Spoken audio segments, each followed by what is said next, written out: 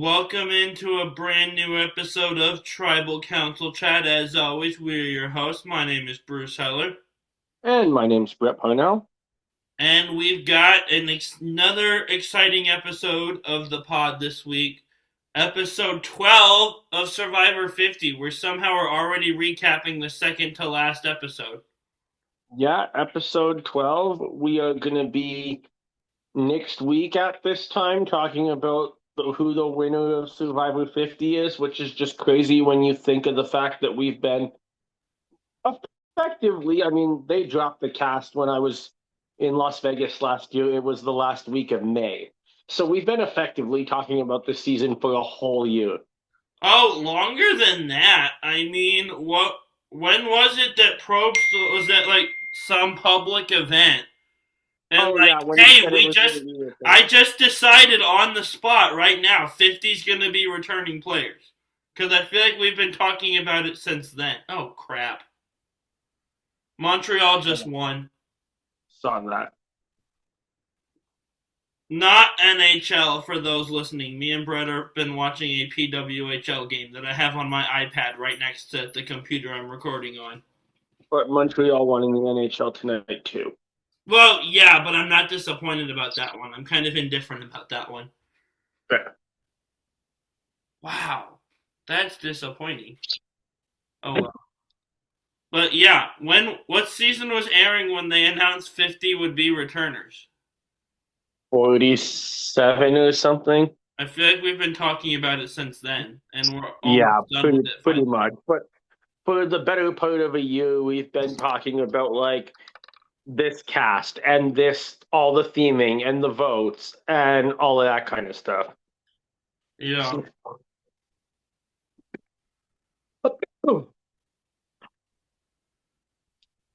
But either way, um, no, it's hard to believe that we're almost done. I know people are disappointed. It seems like the two fan favorites are the two that went home this week, but either way, it's gonna be a great finale.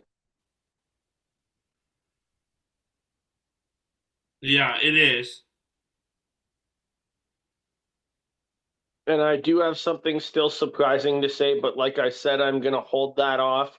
Watch our Rites of Passage episode, not the week of the finale. That'll be a reaction to the finale itself, but 2 weeks from now, and that's where I'm gonna have a surprise that I'm looking forward to.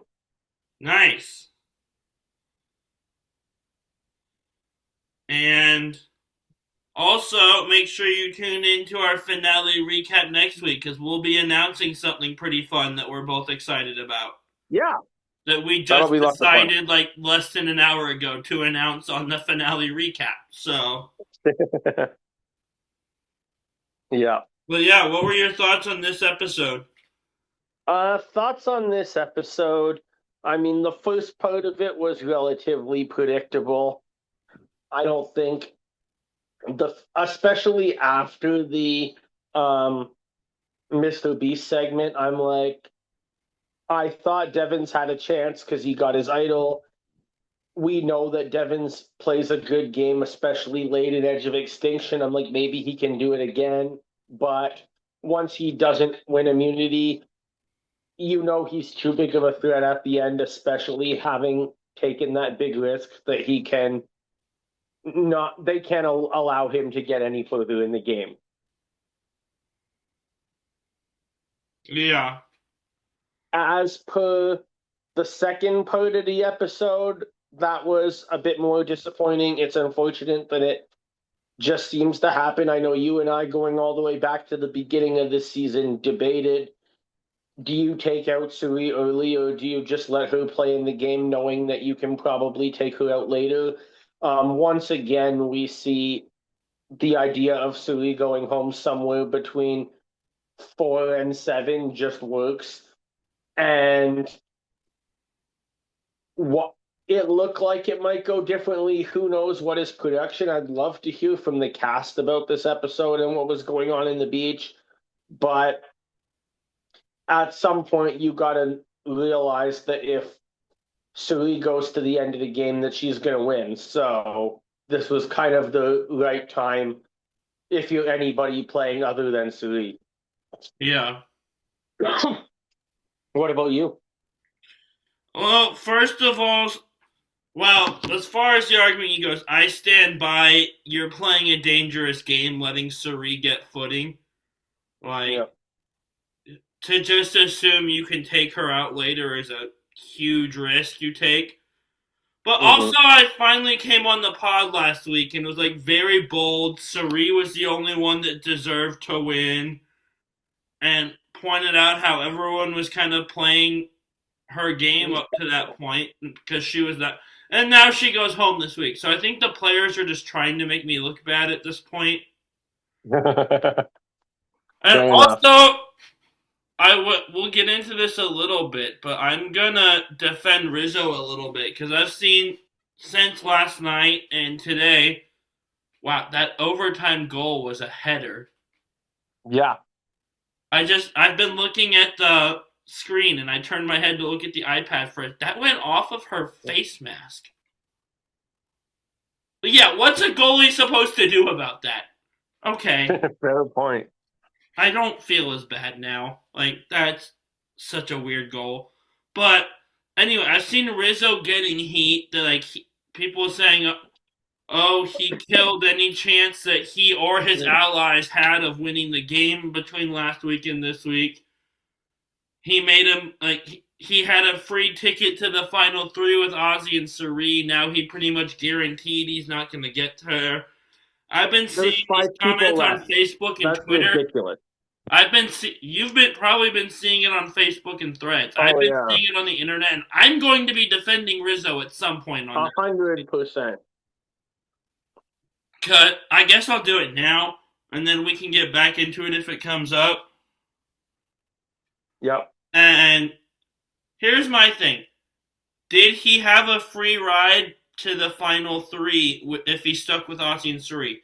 Yes, but that was 0% chance he was winning in that scenario. Yeah, and Rizzo's clearly said here that he's here to win. And does he have a good, great, or even good chance at winning Fire or winning Final Four immunity?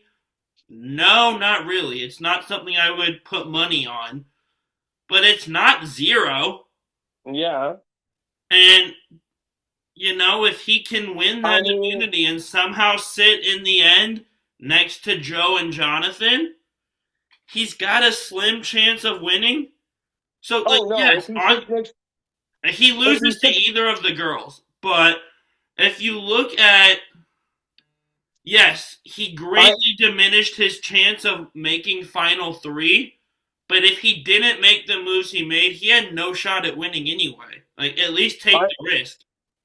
I'm going to get in there, though. You say that he has a chance, but an unlikely one to win against the guys, but he's losing against the girls. I think Rizzo beats Tiffany. I don't think he beats Aubrey. I think Rizzo wins unanimously against Joe and Jonathan. I don't know what to do with Tiffany. She's been coming on strong these last few episodes. She's winning. She's won 3 immunities now. And by the way, I saw a video online. I don't know if you saw this, of her at a watch party on a mic last night, saying that at one point during the block arch, all the other people but her were all working on one puzzle. Oh wow! She said that at a watch party she was at. That's interesting. I mean, that's the one thing that's kind of the downfall, though, is the jury doesn't get to see that sort of thing. Because they're only at tribal. They're not at challenges or at camp. I got sidetracked on that. Where I was going was she's been coming on strong lately. We've seen her relationship with Cirie. We see her planning. Yeah. But we saw nothing from her the first half of the game. I would say pre-merge, but it was even into the early post-merge. That's right. And you know me, I'm not the type that's going to sit here and make predictions based off of the edit and try to read the edit. I'm just not that meta. I'll do it a little bit. I'm just don't look into the meta of everything the way you and Kevin do. But fair. if she was going to win the season, we would have seen more from her. I would have Yep. thought. But man, she's been coming on really strong lately. And that's exactly why I would argue that I think Rizzo beats her, is that we have seen reasons in this game that Rizzo could win this game. We haven't seen that from Tiffany, from Jonathan, or from Joe, who Joe is the coach that's not complete BS. And I agree with that, again, based on what we've seen from the show, which is what I go off of. But I was talking to someone on Facebook tonight that is like a source you and I both trust. She knows what she's talking about. And based on the exit press, this person seems to think that, like,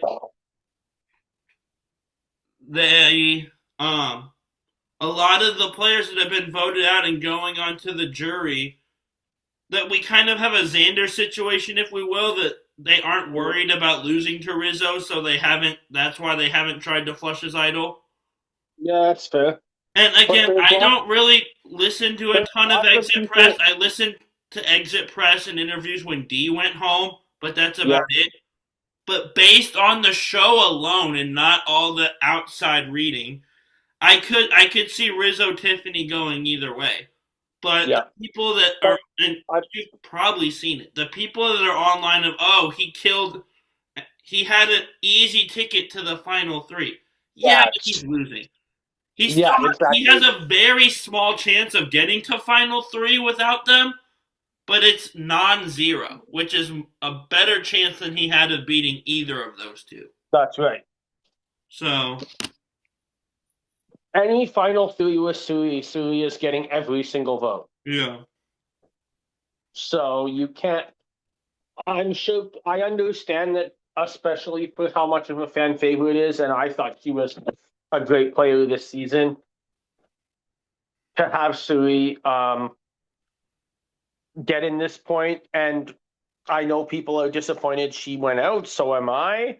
But at the same time, you can't blame the players for doing that.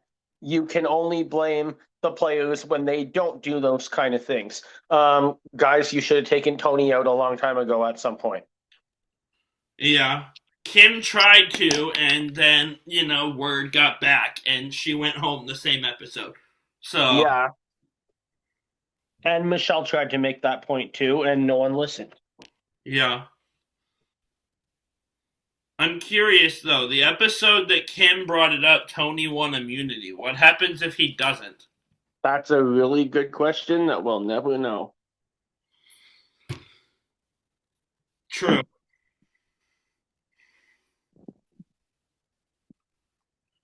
So, before we dive into the recap, do we have players of the week?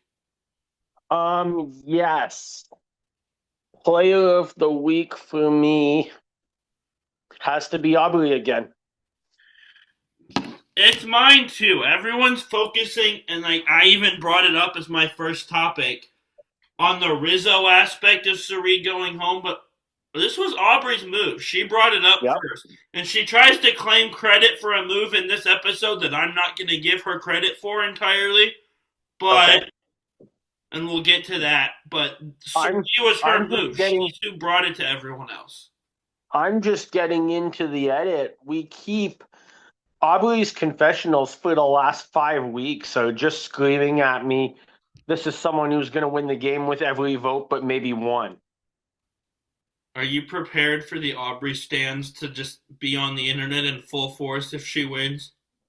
I mean, Aubrey herself has made me prepared for that, because look at what she says in all of her winning game confessionals that give me an indication that she's probably going to win. It's credit to Michelle's way of beating her. Which, by the way, this is the third season she's been on since 32, and the only season of hers that she references is 32. There's no game changers.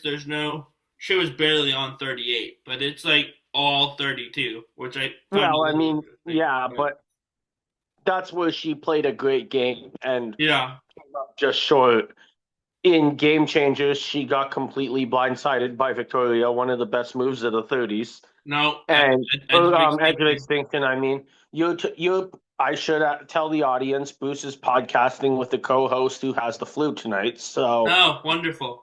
my facts might not all be there. I'm kind of have my head in the clouds. She went fairly deep in Game Changers, but I can't tell you a single thing she did, honestly. That's it. She went deep in Game Changers, but that whole season is Sarah, Brad, and Cirie. Yeah. And then everybody else that was there at the end, Andrea, Aubrey, Ty, Troyzan, was just there. Yeah. You know, the 32 final three, everyone talks so much about Michelle versus Aubrey, and, like, they're both great. But, like, Ty doesn't get enough love. He's such a funny, like, likable character to me. Yeah, Ty is a great character. I think his problem is that he made, in a way, Edge of Extinction. I almost Edge of Extinction, like I told you, expect me to say some crazy things this week. In a way, Korong for Ty is almost like the Sandra vote for Denise in Winners at War, in that he makes the move that everybody talks about when they think of Survivor Korong. Ty, little guy, staring down Scott in the eyes and saying, "No, I'm not giving you my idol." It's But so satisfying. it's satisfying, but at the same point, that's also the second that Ty loses the game. Because if Ty or Julia or Michelle are sitting with Scott and Jason as the two of them in the final three, they're a unanimous winner.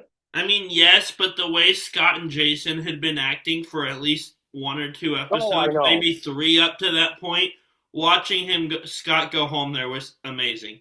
It was great, but that's the thing with Ty is it's never that Ty wasn't a good player. Ty could have gone further in this game, but his own morality got in the way of him trying to put himself in the position of a finalist into a winner. Also, shout out to the Ty Caleb bromance that we saw on two different seasons.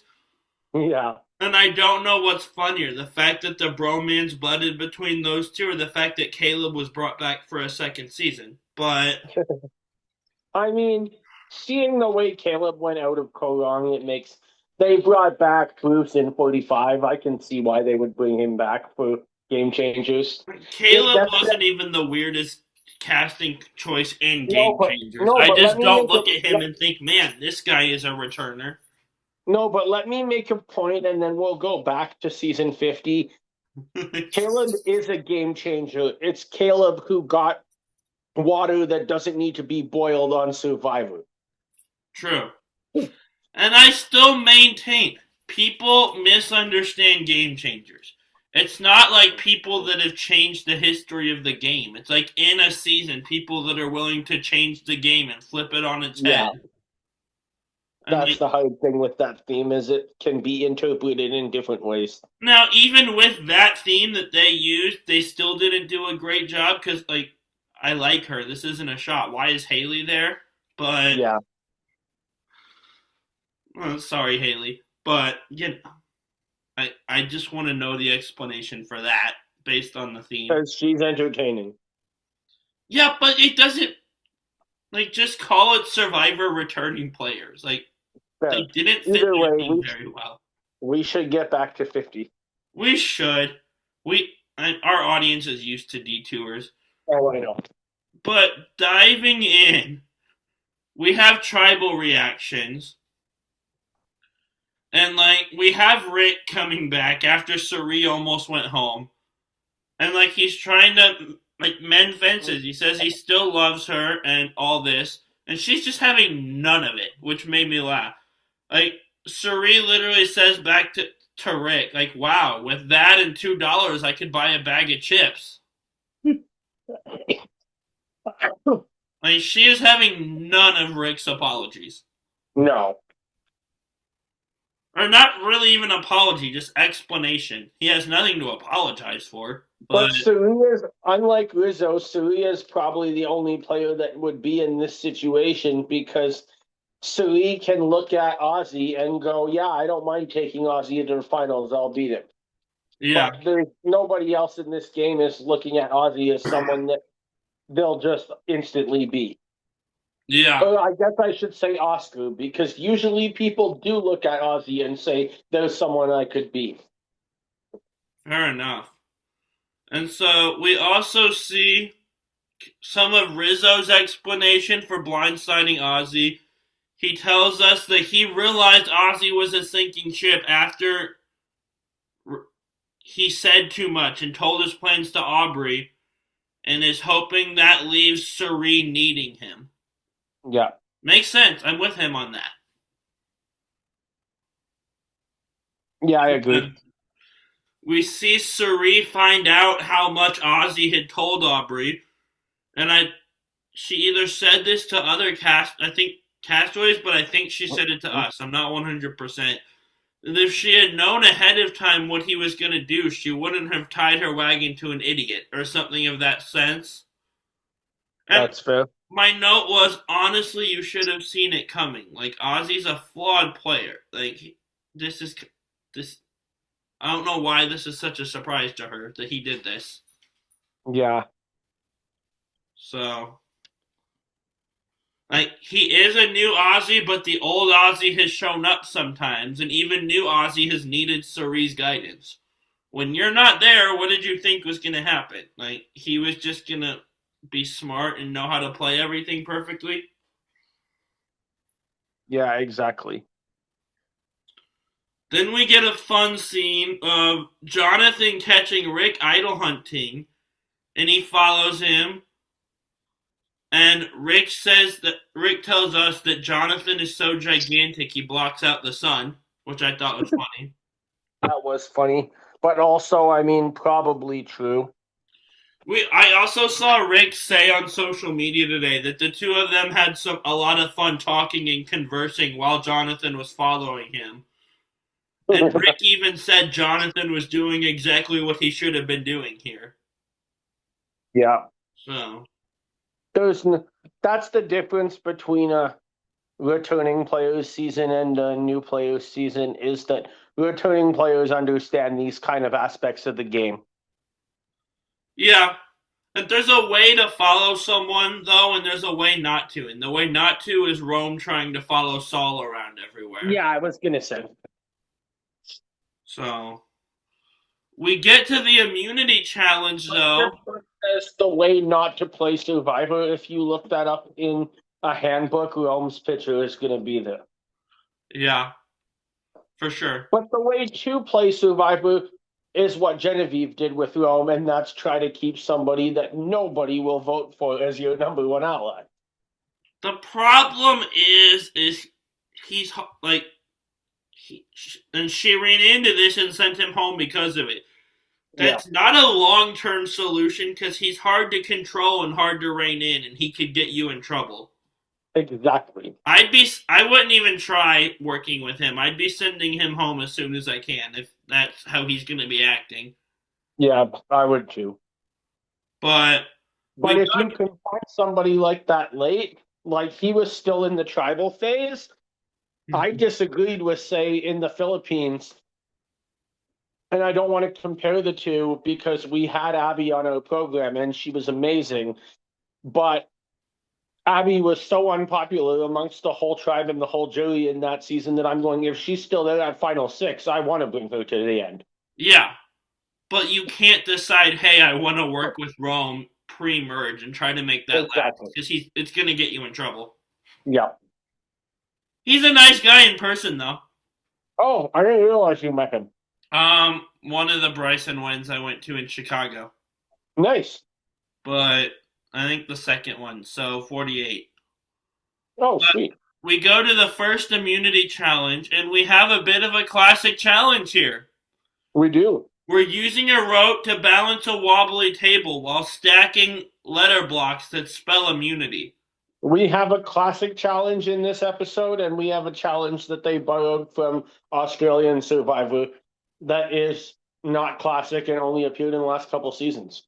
But it's been even that one's been used a couple times, so it'll become classic soon. Probably, but I like that one too because I like the arch, and we'll get to it later in the episode, but Joe Hunter is just gold when he has to spell things in an arch, apparently. But Did you see the? Oh yeah, we'll get to it after. I don't want to sidetrack. Go ahead. while we're on the first challenge, the editing for this challenge is incredible. Because you have, like, Aubrey and Tiffany and Rizzo are, like, for a while, Aubrey and Tiffany are neck and neck, and then, Rick drops again. And then Yeah. Rizzo's right behind the other two. He's trying to catch up, and then Rick drops again. And then, Aubrey drops. Tiffany's got a sizable lead. Can she hold on to it? Rick drops again. And then she drops, and it's Rizzo's lead, and Rizzo, can he do it? And then not only That's does just the way Rick this drop, but challenge Rizzo goes. drops too. And we realize that as people have been dropping and rebuilding and getting back into it and falling out, Joe has just been going at a snail's pace the whole time and hasn't dropped yet, and is now in the lead with no one even close behind him. That's the way you do this challenge. Yeah, and like Rizzo tries to catch up. He's kind of good at doing this quickly, but Joe ends up winning. But the way this challenge was edited made me chuckle, but I kind of felt bad for Rick, because like every other shot we saw in this challenge was his table falling, it felt like. Yeah. That was funny. Joe does win. He takes Cirie on reward with him, then gets a second pick and chooses Rizzo, because Rizzo hasn't been on reward the whole season. Yeah. I thought good picks, like fair. He hasn't been on reward. Let's take him. Jonathan disagreed with that, but we'll get to that. Because we get a confessional shortly after of Jonathan saying, hey, he got chicken breast at the auction. I got a sea slug and crackers. But,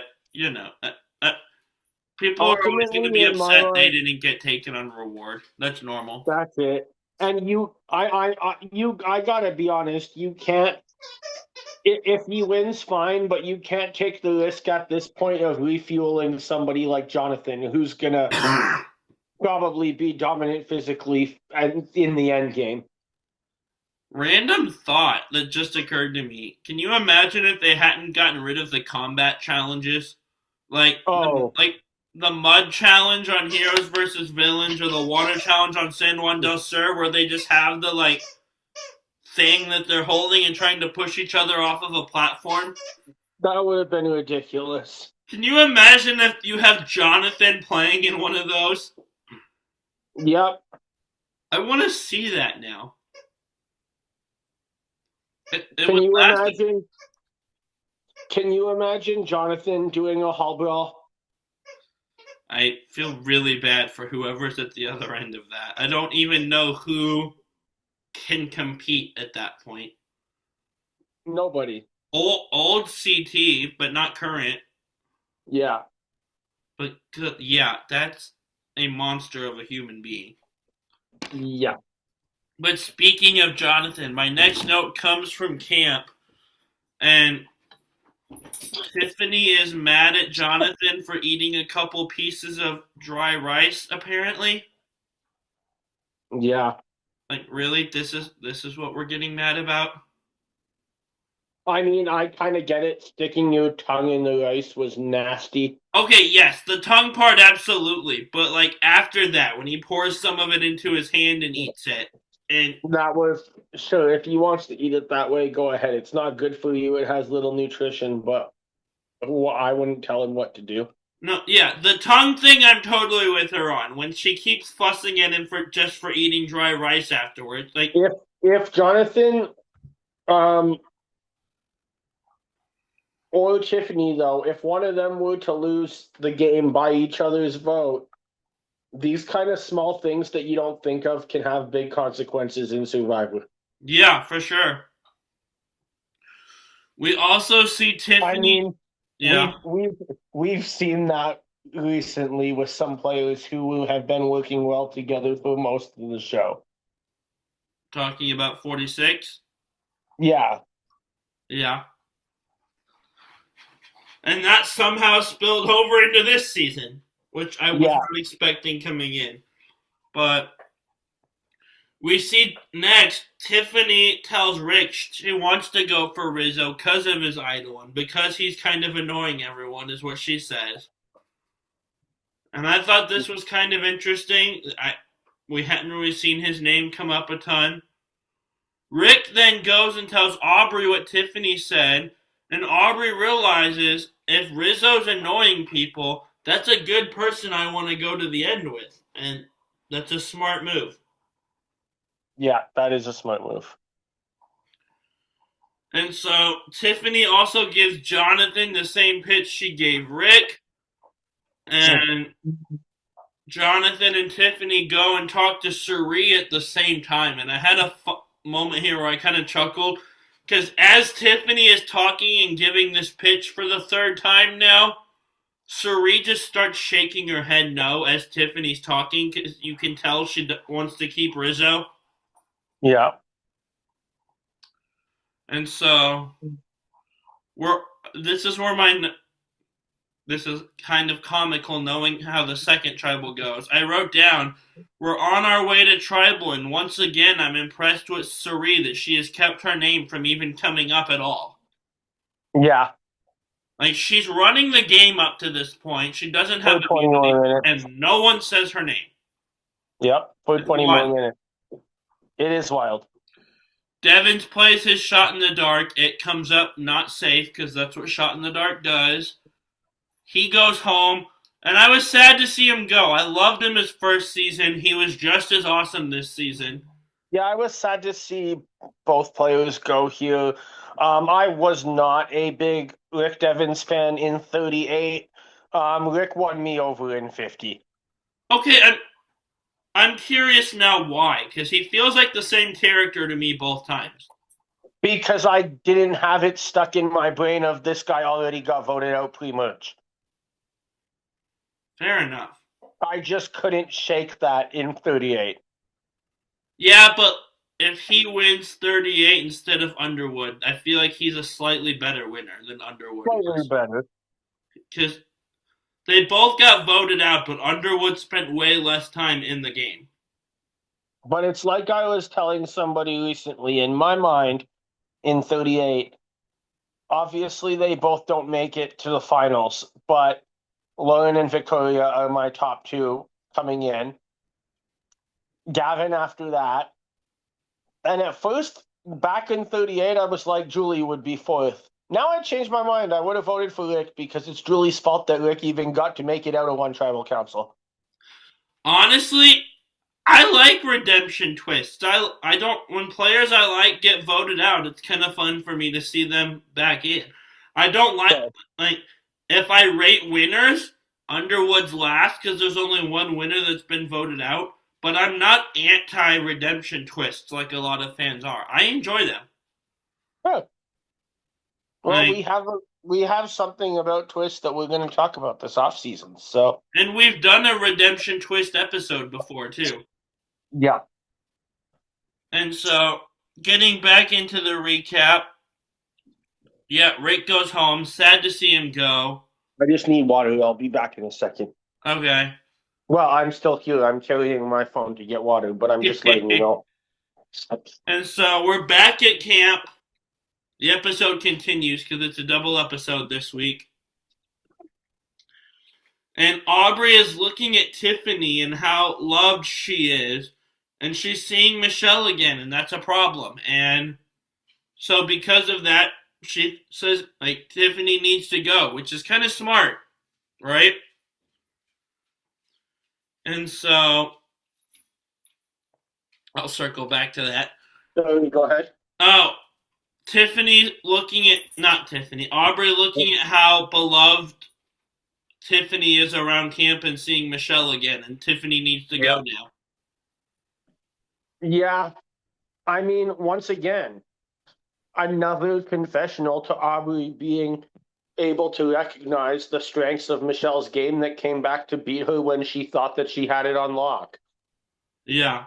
I think this is really good for Aubrey's edit going into the finale.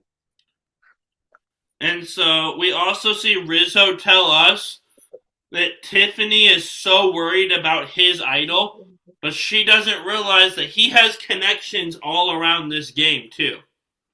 Yeah.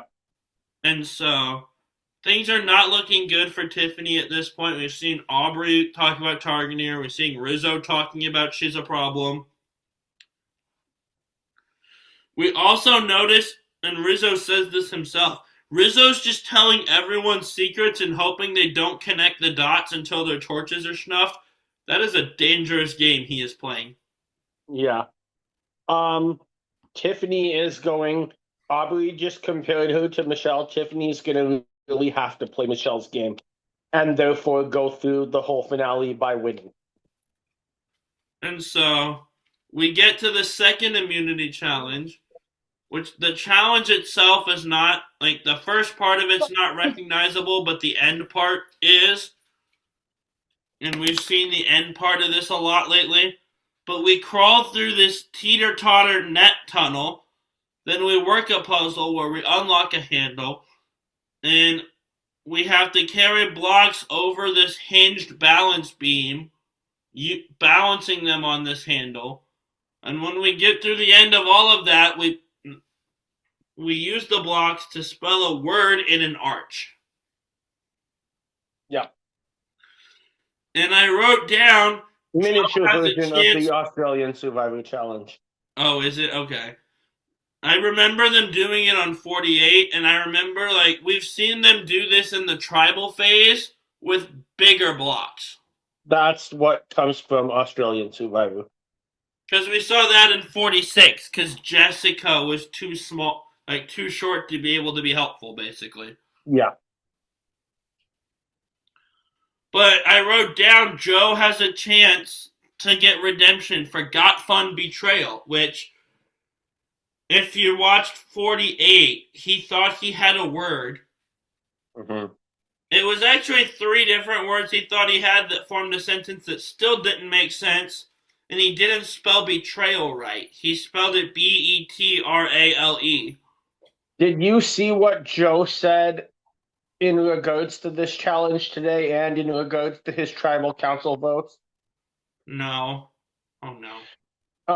Joe made a comment about how, remember Aubrey said, well, Jeff was reading votes 2 weeks ago, you spelled my name wrong. Yeah. And then we also see a vote for Savannah, Savana. And then we see a few others throughout this season and 48. Joe did an interview where he, for I believe the first time, told people that he has severe dyslexia.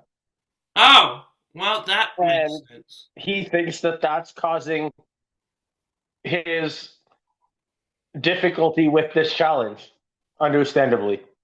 Yeah.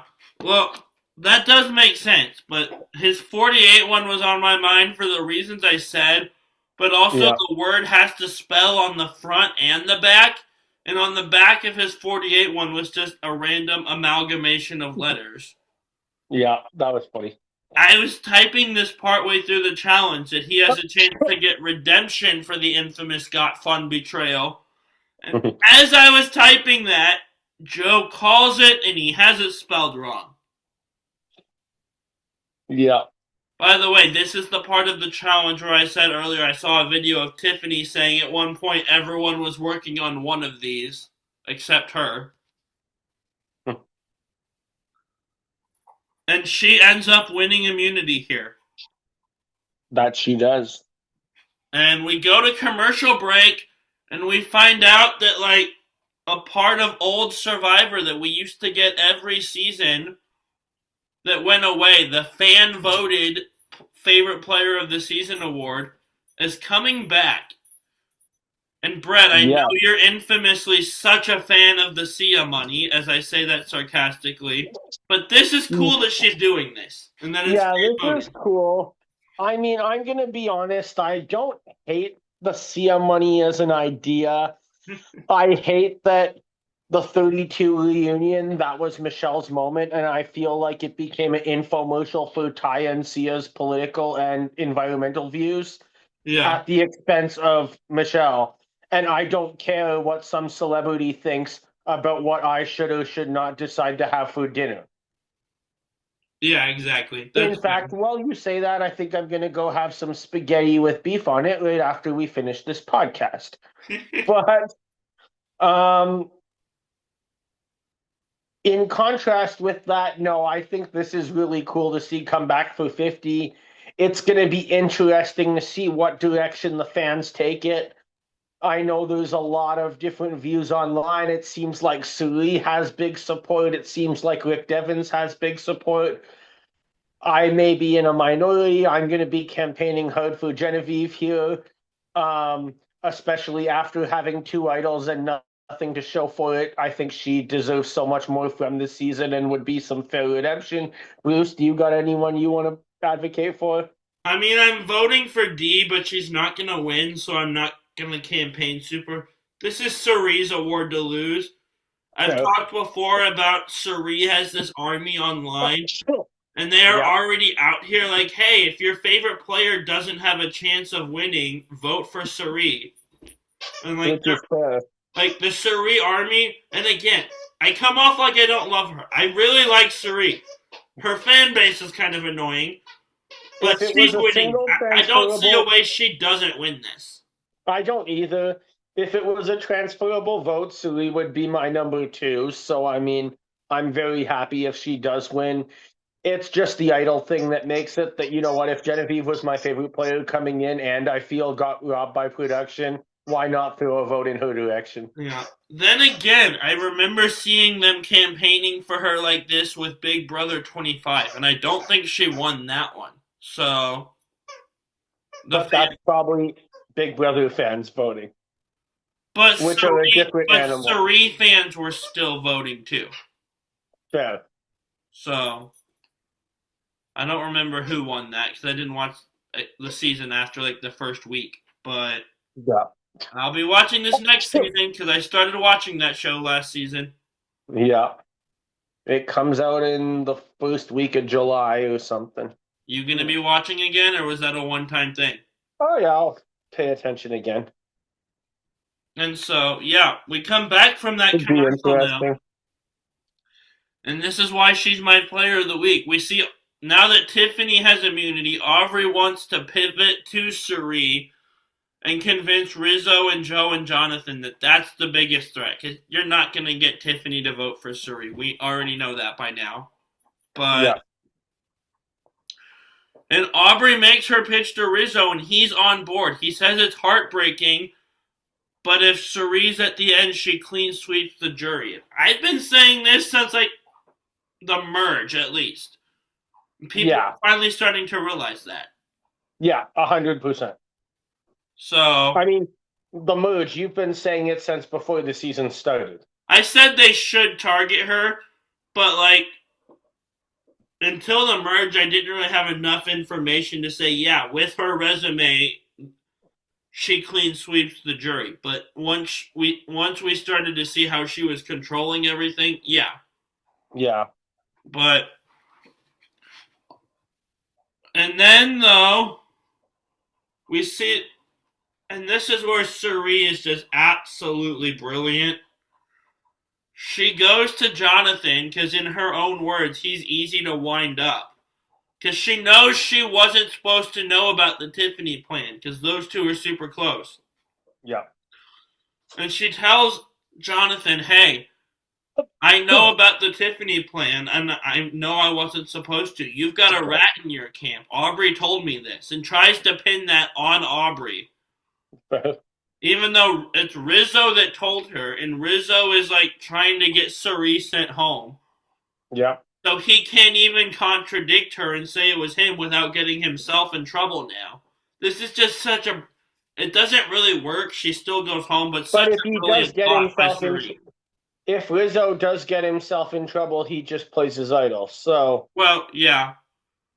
But such a brilliant move by Cirie to pin this on Aubrey of, hey, I'm not supposed to know this and I do. She told me. Yeah, absolutely.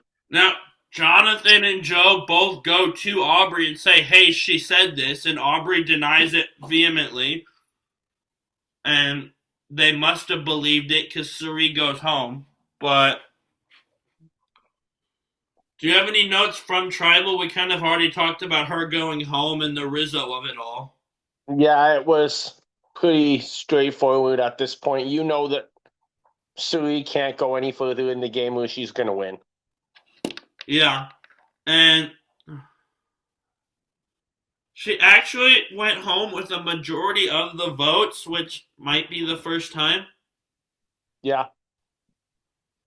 Because even Heroes versus Villains, it was an idol. That's right. But I love her exit that she thanks Probst and thanks the show for everything and everything that's meant to her. Like, her exit was awesome.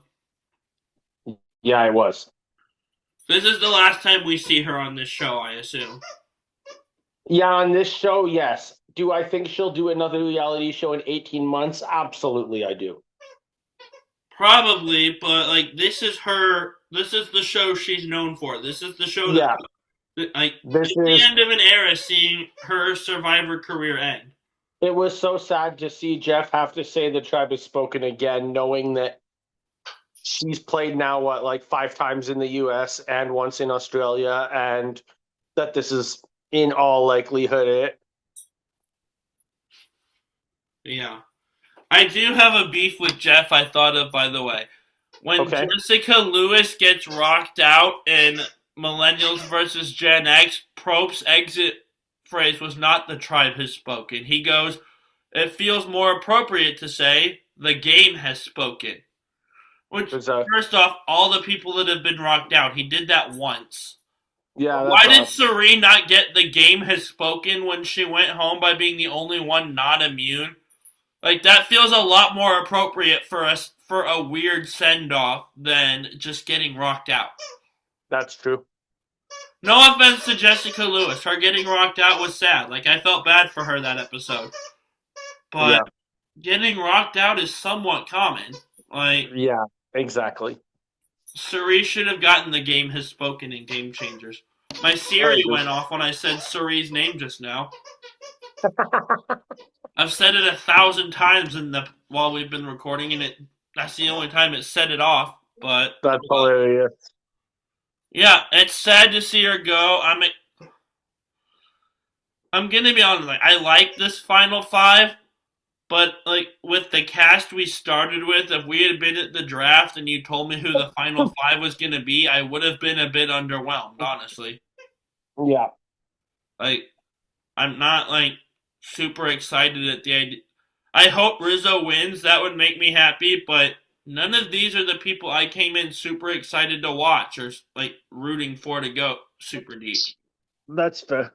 It's just it's not a bad final 5. It's just kind of underwhelming compared to who was on the cast. Yeah, but I still think it's a final 5 that'll be really entertaining to watch as a group in the finale. Oh, the gameplay will be awesome. It's just like, this isn't what anyone was expecting coming in, I don't think. Yeah. Well, I think coming in, they could have been expecting it, but maybe their hopes got up as some of the favorite players from before 40 started sticking around into the final 9-10. Yeah. I know one genius who drafted 3 out of these final 5. So yeah, I was going to talk about that. It's pretty safe to say the draft is over now. Probably. I mean, I've done the math into it. Kevin has 1 player left in Tiffany. Your mom has 1 player left in Aubrey.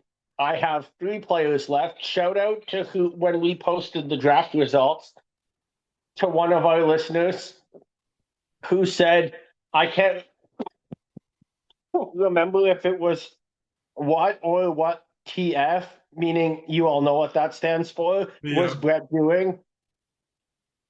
And that was, I had to get a kick out of remembering that message that we got this week. Yeah. Because I guess it makes something happen. Now, I just got something to say about that just before we get into a line blindside first boot. if you watch Roundtable Talk, our friend Kevin Oliver, who I fully expect to text us about this, Oh boy. has a running joke when it comes to me knowing the inside and outsides of the British government people that tend to be on the traders, of stating that I am more European than North American. So I have a little European cultural shout out to Kevin here. Die Meister, the best in les meilleures équipes, the champion, otherwise known as the Champions League anthem. Oh, nice. What's the phrase I learned on Instagram over the weekend? Forza Barca? Yes. I can speak Spanish. Yes, but also that's incorrect because Barcelona, they don't speak Spanish. Well, Olivia Rodrigo said it in a video, so that's what and typed it in a comment somewhere. So And it worked out because they won well against Real Madrid while Olivia Rodrigo was in attendance. yeah. I remember you telling me that's not correct, but that's the one I learned and remember. So that's the one I'm going with. It's grammatically correct. It's just in Barcelona they speak Catalan, and speaking Spanish in Barcelona is kind of offensive. Well, if any Barcelona-ese or Barcelonians are listening to this, I apologize, but I doubt they're listening to this. So I'll keep that here. You're not in Barcelona, so it don't matter, and no, they're not listening to this. Because That we makes ran the sense. analytics on this podcast, and our listeners are pretty much all in one of 3 countries. What's the third one? We had a couple in Australia. Oh, interesting. On some episodes, at least. But, yeah. Well, also, I said I'm rooting for Rizzo. I also kind of want to see Aubrey win just because she's the only person in the Final 5 that's not New Era. Yeah. And I want to see the pre-40 era come out victorious. Yeah. So. I'm cheering for Rizzo, but I think Aubrey will win. We'll talk about this more when we do the finale preview in a couple of days and go through the Final 5, why they'll win, why they won't, who they should try to sit with, but that'll come up in our next episode about 48 hours after this one. Yeah. Yeah. All-line blindside first boot? Yeah. Do you have anything? Sure. We talked a lot about this week, like with Rizzo and situations where you win or lose as a finalist. So I have losing finalists for you. Okay. I have. You know what? You mentioned her. Let's go with Julie Rosenberg from 38. I don't think I've used her in this game ever. If I have, it's been an eternity. And I will give you, from the season after her, Detective Dean, who gave himself a nickname, so do with that what you will. And then I'll throw you a bit of a curveball. I'll go all the way back to 22 and go with Philip, who I've used in this game somewhat a lot. I probably overused Philip in this game, but he's fun to reference. Yeah, that's fair. I'm not even a Philip fan. He's just an entertaining character to talk about. Yeah, he's definitely an entertaining character, to say the least. He's Coach in a different font. This one you're giving me people, though, that are not all, let's say, bad picks to a lesser extent. So I don't have to focus on taking Philip to the end the same way as I do maybe when you give him to me alongside Coach or Russell or someone like that. For the record, I still have in my camera roll a recording of the first time Kevin was on the show with both of us instead of just me. Yeah. And I gave him, I forget who it was. It was Colton and someone and Rob Zabotnik from Thailand. Yeah. And I still have a video on my phone of Kevin's reaction to that. So I didn't give you that. That's fair. I am going to, in this one, first boot Philip. Yeah. I am going to blindside. So Philip, you just is too unpredictable. I'm going to blindside Dean, and hopefully you don't put him in too much power. Also, I don't know if we would get along or not. And then that means that I am going to um, align with Julie. Julie's shown she can be beaten. Or, I mean, all these people have shown they can be beaten, but I think that Julie and I would have a bit in common. So we would probably be able to have a good trust early in the game. I'm also first booting Philip because I just no. I'm not keeping him around to drive me insane every day while my mind deteriorates and he causes my mind to deteriorate at a quicker pace. Yeah. I'm gonna blindside Dean, not because I think he's a stronger player than Julie. Fair. And so I'll align with Julie because that's the only option left. Nice. So we agree. Yeah, for different reasons, but yes. For mine, I am going to give you, in honor of Cirie, three people who have, I think, one of the most famous memories of Cirie's time on Survivor goes all the way back to Pearl Islands. It was in the Pearl Islands, Exile Island, when a certain person named Shane had a medical incident. Oh no. So I am going to give you three medical professionals to play this game. Okay. From all different aspects of the medical field. From Survivor Borneo, Dr. Sean. Yes! From Survivor 42, a veterinarian, Omar Zahir, who was on this podcast. And from Survivor 47, a fellow nurse like Cirie, I'm going to give you Cirie Wright. I love that you gave me Dr. Sean because the alphabet thing just makes me laugh. I'm gonna align with him, and I don't know that I have a good reason. I just think me and him would vibe. We'd get along well. Okay. And you seemed excited when I picked him for the first time ever in this game. It's just not something I was expecting. Like, that's a fun reference. That is. Like, the alphabet thing was dumb. Well, no, what was dumb was him telling people what he was doing. Yeah, but they didn't know what they were doing. Like, that's why I think Survivor 1 worked. Because Richard won. And Richard Hatch was the only person that understood this game on that season. But here's the thing.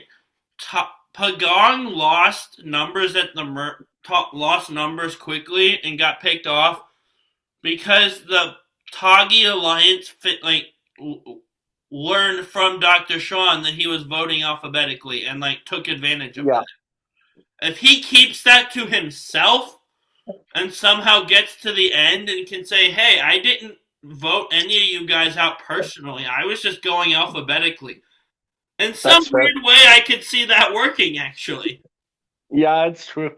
He also just seems like someone I'd want to hang out with. So I don't know if this is smart strategically, but I'm going to align with him. Okay. Also, by the way, you could have just said you were giving me medical professionals because Cirie was a nurse. I love that you went out of your way to reference the Shane thing.